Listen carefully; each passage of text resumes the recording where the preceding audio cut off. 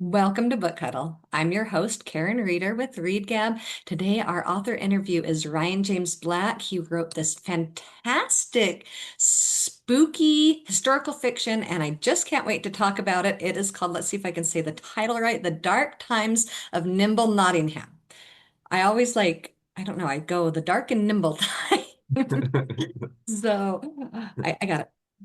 All right, Terrific. Ryan, let's just give you a second before we get into the questions. Tell us about you. Yeah, absolutely. First off, really happy to be here. Thanks so much for having me. Yeah, so my name's Ryan James Black, and I am a writer from southern Manitoba, Canada. So for people not familiar, Manitoba is right sort of smack in the middle. So I'm out in the country here Nice. with my family, my wife and two kids, and a whole bunch of pets.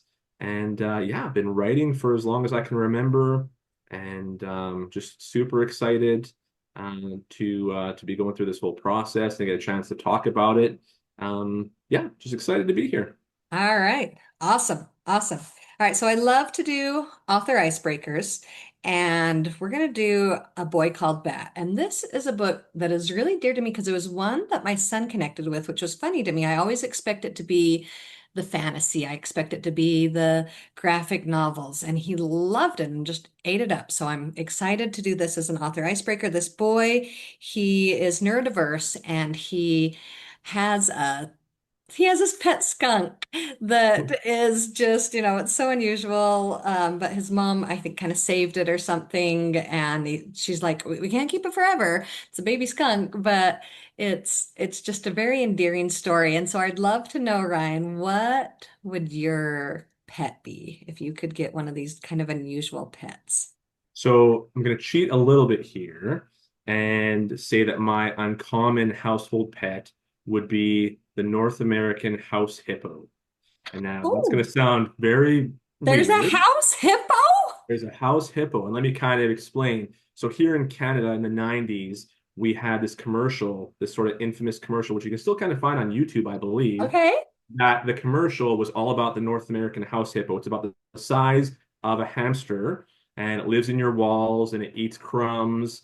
And the point of the commercial was sort of truth in advertising and for children to kind of get an idea of how something can appear real, but you Uh-huh. have to obviously pay attention to kind of what is you're being told even back then. So as a kid, I saw it and it looked very real and it would look like it'd be a lot of fun to have a hippo about the size of a gerbil. So that would be my uncommon make-believe pet. That's what I would want. Awesome. That's awesome. All And I, right. and I recommend checking it out on YouTube because it's still there, I'm pretty sure, and you can see Hey, the well, I information. am. I'm going to be getting on there after this for sure. So, so Ryan, you requested two author icebreakers. You couldn't choose, and I always let authors do two books at the end. So I said, sure, we'll do two author icebreakers. So next we're going to do Memory Spinner, and it's kind of similar to this book. The question revolves around Memory Spinner or the Evers. It's just memories that are so important, right? So is there a memory you'd be comfortable sharing with us that is just near and dear to you that you would not want to lose? Like in the memory spinner, they're woven into clothing to make magic, but it means that once that magic is taken from your brain to make this clothing item, you don't have it in your brain anymore. You can't feel it anymore. Right. So, I mean, I could say all the ones that pop to mind, the birth of my children, my wedding day, all the standard stuff. But the one that comes to mind in keeping with book release would be October of 2022 Okay. is the day that I found out that my book was going to be published.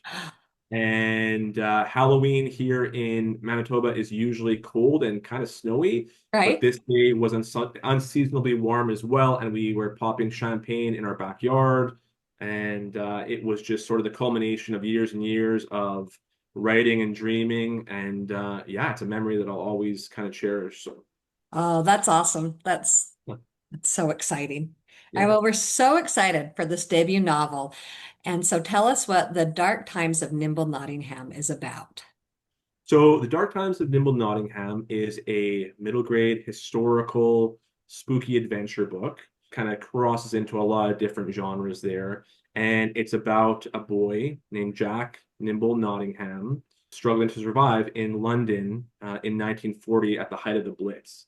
And for people not super familiar, the Blitz, terrible period of time where the city was being bombed nightly, and there were mandatory blackouts, so as to not give the bombers any targets. So Nim is struggling to get by, but to kind of compound his problems, he's a bit of a grouch and a loner, and is not really interested in teaming up with any of the other orphan gangs that call the dock area home. So he's on his own with nobody except for his best pal, his dog Winnie. And things are getting pretty rough, and he's having a hard time scavenging, finding food until one night when a notoriously haunted house gets bombed, and he realizes no one else is going to be brave enough to go near it. But he's both maybe doesn't really believe in the ghosts, and he's desperate, so in he goes. And in that house, spoiler alert, there's a hidden room, and in it a safe. And when he cracks the safe, he inadvertently unleashes a monster made of darkness. And then moving forward in the story, he has to sort of branch out, step out of his comfort zone, to try and stop the monster and save his friends in London. That's That's so fun. And I was in London while I was reading it. And so it Which was is so so cool. fun to me. And it's like so pickles three. Now what tell me the word for pickles and Oh, gherkins. Well, so gherkins. Okay. yeah. So yeah, and that was fun too because my son loves pickles. And so we picked some up and he's like, well, what are gherkins? And I was like, it's what pickles are called here. And so it was funny because all these little things were just happening for me there. And I learned that right before I picked up gherkins at the store before we went Great. back to our flat. And so for me, it was so perfect. You know, I was walking home after we had been out to a Broadway musical and it was 11 p.m. and it was dark, pretty dark, but not anything compared to what it would have been like at the Blitz, right? Because all lights were turned out and they would have, you know, darkening curtains if there was any light on the inside. And so, but yeah, just the whole way home, it was just like, oh, shadow, watch out, watch out. And my son reminds me so much of Nim. It just, in so many ways, this book connected for me and I just adore it. And I love spooky books. I love historical fiction. So it was such a fun genre smash. So did you decide ahead of time that you were like, yeah, genre smash, I'm going to take the two and put them together? Or was it just kind of gradually it came together? Tell us about creating this. Yeah, I think it was fairly organic in the way that it all kind of developed. I started sort of the way I always start, which is the seed of an idea, and then just saw where it went. And in this case, I don't know if I'm jumping ahead or jumping around, but the origin. I'm a big history kind of fan. I listen to a lot of history podcasts, and I remember hearing a story years ago about sort of unknown this particular story was about some of the terrible things happening during the Blitz. And I guess how obviously everyone had their hands full with the Yes. bombings. So some things fell to the wayside, some other crimes. And that sort of planted the seed of that horror within a horror idea. And I thought, well, there's something there, but I also want to write a book for kids. So I wanted to kind of take it a little bit less ghoulish. So then Right. my monster kind of idea was born, and everything kind of just unspooled from there. Well, in the dark, everybody can connect to the dark being scary because who has not at some point in their life had some fear of the dark? Like some Sure. everybody's had at least, I would think, I don't know, maybe I just underestimate everybody else. It's such a common thing. Like it's, you know, the dark, it's scary. And then to have the dark become tangible and something that really can come and get you, ooh, it's such a perfect villain. Thank you. I agree. I mean, you're right. I think that's kind of ingrained in us, right? From when we're little, is that yeah, the dark is the unknown. The dark is who knows what's lurking there. And certainly as a kid, I had some trouble with the dark. And I think because I did have a big imagination, so it was always like, what's in there? You know, you don't know. So, and even still, to be honest, I mean, there's some nights where you hear a bump or you hear Yes. a scratch, and it's like, oh, okay, I'm gonna maybe turn a light on here or two. Yeah, yeah. It just because light is safe and dark is not. If you can't see, you know, it's yeah, I think it's something Absolutely. that is so basic, that Yeah. everybody can connect to, but then taking something so basic and making it so scary. Like it's amazing. I love it. I love Thank you. Thank you. so going back to this that you were talking about, you read some other things. In the book, it talks about that this monster is in lore in like other Mhm. cultures, mythology. Do you know, is that true? Is there this dark shadow monster really in different people's mythology? So I touch on it in the author's note at the back of the book.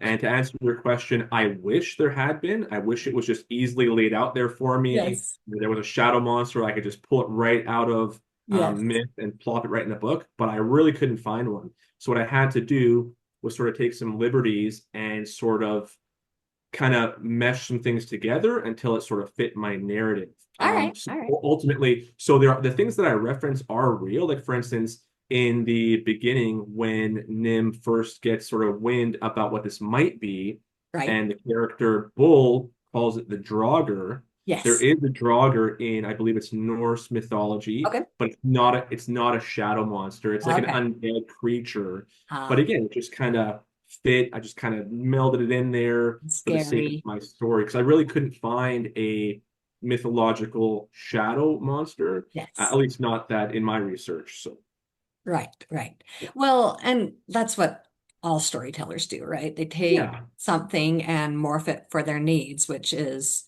a lot of why we have so many similar stories throughout time and history that for sure.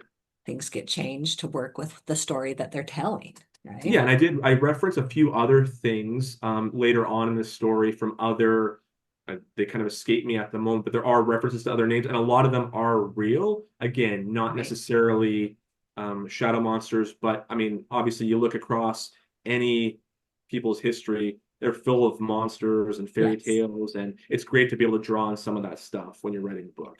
Well, it's fun when it's something familiar too, when you're For like, oh, sure. I can Yeah. connect to that. That's familiar. Because for me, it was a Doctor Who episode. I don't know if you watch Doctor Who, but there's Not really, no, but that's cool. That's Yeah, interesting. there's a Yeah. Doctor Who episode where the dark is coming to get you, and you Ah, gotta watch out for the dark. Yeah, it's just like they do an episode of, something coming from under the bed too, like those things that are so, typical for a child to be afraid of. And so it's like, oh yeah, I can relate to ah, that. That was scary once, or maybe I'm not gonna tell you, but I'm still sleeping with the nightlight on, or yeah. whatever the Yeah. case may be.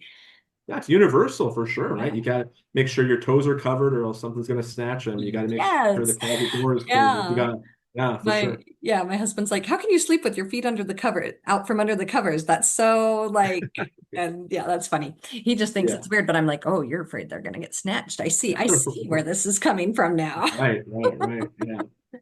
Ryan told me. Yeah. So, as I prepare for an interview, one thing I love to do, and I never do this before reading a book because I feel like it ruins it for me, but I love after reading a book to go and read reviews that other people have written. And so I know other people agree with me on this because I saw it so many times. You did such an incredible job of evoking emotion through your description, like especially the shadow monster, but just also Nim and his need for self-preservation and his feelings, and then later as the other characters develop. You did an incredible job there. So, can Thank you. you tell us about working with emotion and developing this craft in your writing? Well, again, thank you very much. That's so nice to hear. And you're right, there's been a lot of kind reviews, which is obviously all you can hope for. And I love that you say that because to be honest, the emotion, the heart, I feel almost was the trickiest part. I find that for me, plot and action come fairly easy in drafts, but Right. really sort of fleshing it out and adding that feeling is trickier. It's harder. You want to connect, right? And so I feel like it was just a lot of trial and error, a lot of going through the drafts and thinking, trying to put myself right in the head of the characters. And in a first person narrative like Nim's, that's easier certainly for me, I find. But you're right. I want you to feel for the other characters as well. I want like my hope overall for kids and for everybody is that I say it again at the end of the book in the author's note, a rhyme that I keep that I like. which is that I hope it makes you laugh. I hope it makes you cry. I hope it makes you look twice at the shadow in the corner of your eye. And that really sums up what I want, right? I want you to be scared. I want you to laugh. I think there's for a book that has a lot of dark themes, there's humor. So that heart though, I think just comes in trying to be real to the characters and trying to really think, well, if I was in this situation, what would happen? How would I feel? And for Nim, having gone through so much trauma, I mean, he's a little guy who's had a really rough life. So I think in trying to imagine what that might be like and some going through those thought process got me to some of the most poignant moments that I feel and that are sad. And there's times when I was writing it where I knew when I was working, when I tell my wife a scene and get her to go ooh or oh that's sad, and I knew I was working, so that was my goal. That's awesome. Love it. I feel like connection is an important theme in this book. And initially he's got this big need of self-preservation, that he's pushing others away. But eventually his first connection is with Winston Churchill, his dog, and then gradually other characters. Why are people important, Ryan? Why is connection an important thing for human beings? I mean, I think that I mean, people need people, right? Since sort of the dawn of time. I heard a really sad thing a long time ago that stuck with me, which is that being lonely is essentially the same as like smoking cigarettes or some other sort of like, mortality risk. It's something inherent that you just sort of that connection without it, it makes stuff very difficult, So and funnily enough, I am usually pretty good at being alone. I think that might be why I picked a initially a hobby such as writing. That's Yeah. obviously I've been very fortunate here, but I think it's a solitary sort of thing to do, right? You don't need to Yes. do it with people. It's you and your imagination and your computer or whatever, however you do it. Yes. So I give my family a lot of credit because they constantly draw me back out into the light when I'm just lurking in the basement like a troll. The They force shadow me to keep, monster. yeah, yeah. They force me to keep those connections, which are very important. And you need a hug. You need somebody to kind of be there for you. You need, without any of that, um, who do you have to kind of share your life with, right? So Yes. connection, and that sort of again is a big theme in the book. And Nim, I think, tells himself he doesn't need Yeah. anybody, but that's because he doesn't have anybody, right? So he's trying to reinforce that he'll be fine, even knowing I think deep down from the beginning that no, he won't. Yeah. And most people aren't, right? So Well, and he's been hurt. He's been betrayed. yeah. And I think people can resonate with this, Oh, for that sure. they often have this, I'm on my own. I'm good on my own. And yeah, and I like when you said you need a hug, because there's Yeah. this moment in the book where there's physical contact made and he doesn't know how to feel. And Yeah. he's like, hmm. But I think he's like, I think this is good. I'm trying to Yeah. remember. Isn't it like he's not sure how to feel, but he's kind of like, hmm.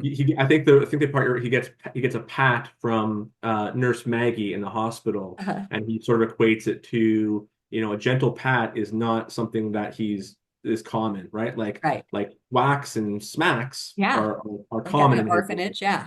but he doesn't often get a gentle pat. So he Yeah. kind of is like, that's interesting. And then those, I try to sort of build that incrementally. And then eventually he realizes that not only is this good, but I'm worthy of this Yes.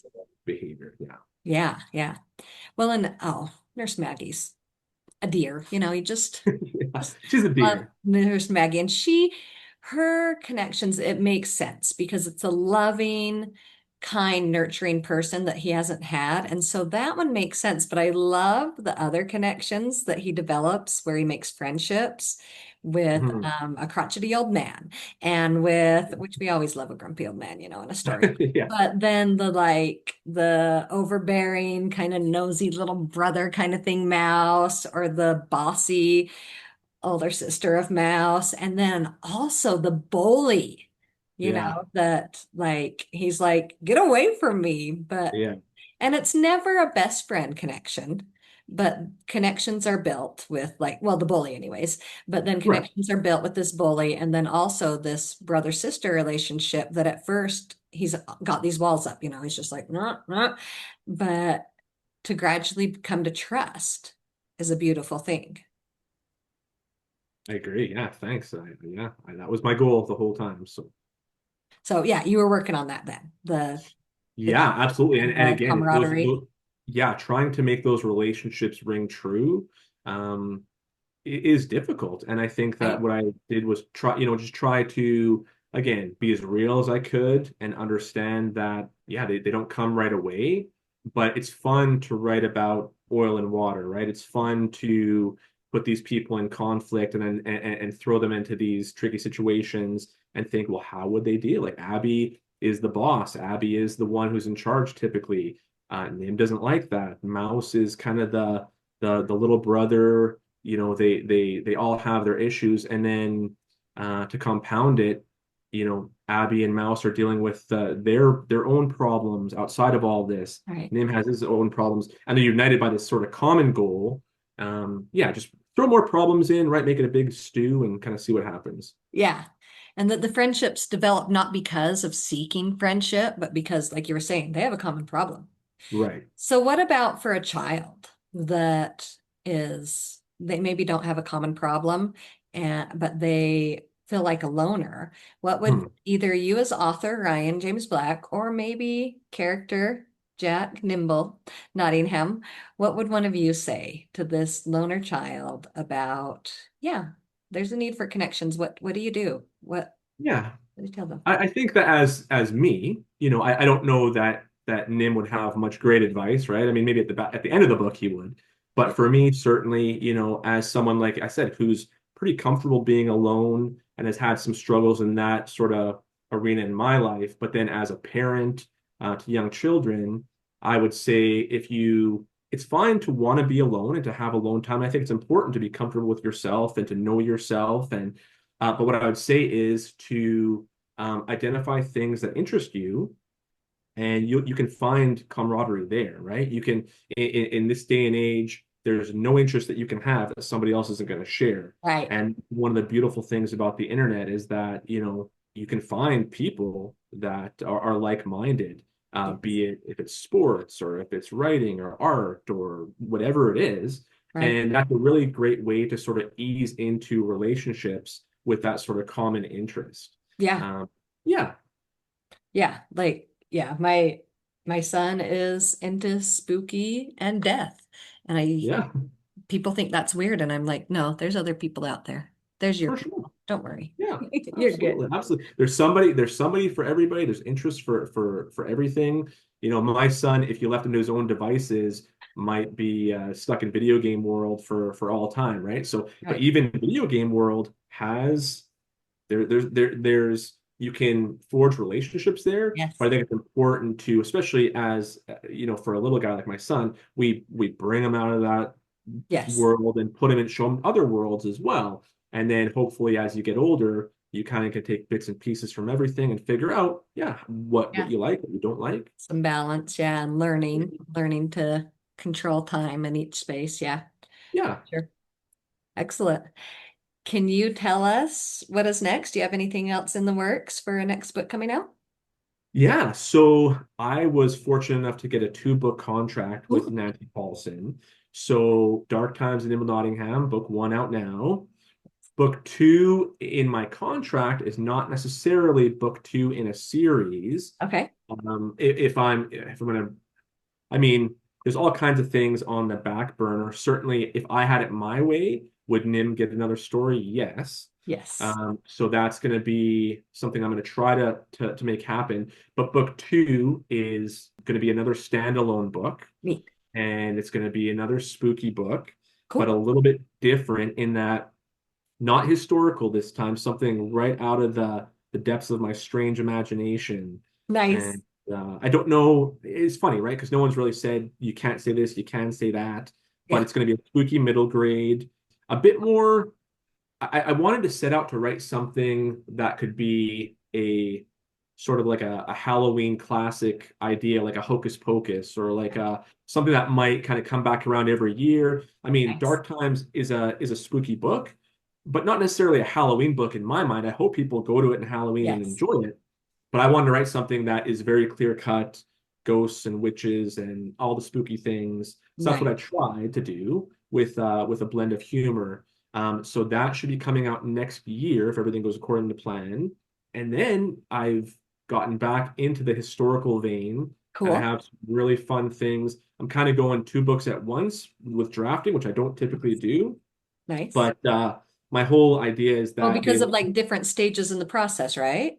yeah, so you can kind of go back and forth. And my whole thought process is they let me get a foot in the door, and now I refuse to let it shut. So I'm just going to kind of Yes. keep a Keep it foot in there. there as long as I can Not and a take it one-hit back wonder to. here. I am going to keep going. Yeah, exactly. It's funny, right? Because it's funny how the goalposts move, and I've heard that said before, and I can recognize that in myself. I mean, if you Yeah. told me 5 years ago I could walk into a bookstore and take my book off the shelf, I'd say that's it. I'm done. Yeah. I'm happy and content. But no, I want more. I want more books, Yeah. more connection, more books. Yeah. Yes, we want more books. I've Thank you. had so many people that again, on those reviews that it's like, yes, this is one of those books that you're going to want on your shelves and that we're going to be reading in 10, 20 years. Oh, thank you so much. Yeah. Yeah, it's exciting. All right, so tell us one of those books that you love, whether it's one that everybody loves for years or that maybe has, fallen. What is it for you, a children's book that you love? So I'm going to cheat again if I can and give you two. Is that okay? You can cheat. Okay. So I have them here because they're Okay. both amazing books. Can I show you? Yes. Okay. So the first one is The House of Chicken Legs by Sophie Anderson. And I've heard And of it, and it's one I have not gotten to. okay. Of course, I know about it. Yeah. So the reason why this book stuck with me is that it was there's so many terrific newer middle grade books. Yes. A lot of these people are my friends and they're terrific. That book stuck with me because of the heart. We were talking about heart earlier. Hmm. That's a book that I think is the perfect example of in a middle grade book, how the heart and feeling is equal to anything you could read in an adult book in anything else. It's heartbreaking at times and so full of feeling. So that I would highly recommend that book. Nice. And then my other book is Hoodoo by Ronald L. Smith. Oh, now I don't know Now, this one at okay, so all. now Ronald L. Smith blurbed The Dark Times of Nimble Nottingham. He's an Okay. amazing writer. He does a Okay. lot of writing for Marvel. He has a lot of like IP work with Marvel, a lot Okay. of other spooky books. But Hoodoo is his first book, I believe. It's Okay. not too big, it's not too chunky, No, no. but Hoodoo is a historical middle grade horror novel as well. It takes Wonderful. place in the South, and I might get it wrong where it is, and it's all about sort of folk magic in the South Mhm. of the United States. Nice. And where the House of Chicken Legs taught me all about how much heart can be in a Yes. book, Hoodoo showed me how there's no sort of line you can't get right up against in Yes. middle grade. And you can say whatever you want. You can be as spooky as you want, so long as you just kind of frame it properly. Right. So that book really pushed the limits. And I was reading it thinking, this is scary. Right. And this is right on the cusp of something that I felt was almost in the next sort of, being aged up, not necessarily Right. middle grade. He gets right to that level. So Nice. both amazing books. Can't recommend them enough. And yeah, those are my picks. Well, and for me, what's spooky for one person might not be spooky for somebody else, right? Sure. Because sometimes I've read stuff and I'm like, doesn't affect me. And other Right. times I'm like, oh my gosh, like I I can't agree. handle being alone with the lights off, like I for agree that completely. night because I'm like, what stays with me? So yeah, it's just, Yeah, you never I've know heard the what. same. Yeah, like with my book, I've heard from some people, yeah, very spooky. Other people, I didn't set out to write something that's going to terrify you. I don't think it's certainly, Yeah, that extreme. Like my daughter, for instance, who's 12, just turned 12, nice. she thinks she can understand how it's spooky, but it's not going to give her nightmares or anything Right, like that. But you're absolutely right. Sometimes, so, it's subjective, right? So some right. things are going to freak me out and not you, and vice versa. Yeah. Oh, well, I'm excited. I'm excited to see that next book next year. And yeah, Nim at the end of the book, it is like, okay, I could see it's got closure. I could see this just standing on its own, but Yeah. it's feeling the potential and hoping that we get a little more from Nim one day. Yeah, I hope so too. I really do. I have an idea that I didn't want to write a sequel unless I had an idea that I thought was taking it up a notch. So Yes. I didn't initially, and then I had an idea and I thought, okay, this is where the story could go, Yeah. and it would definitely be taking it up a notch. So we'll see if I get the opportunity. Right, right. And I won't even, I can't say what, but it's like another thing that it's like, ooh, creepy thing that has connotations of creepiness, right? Is it that from the end of the book that I'm thinking of?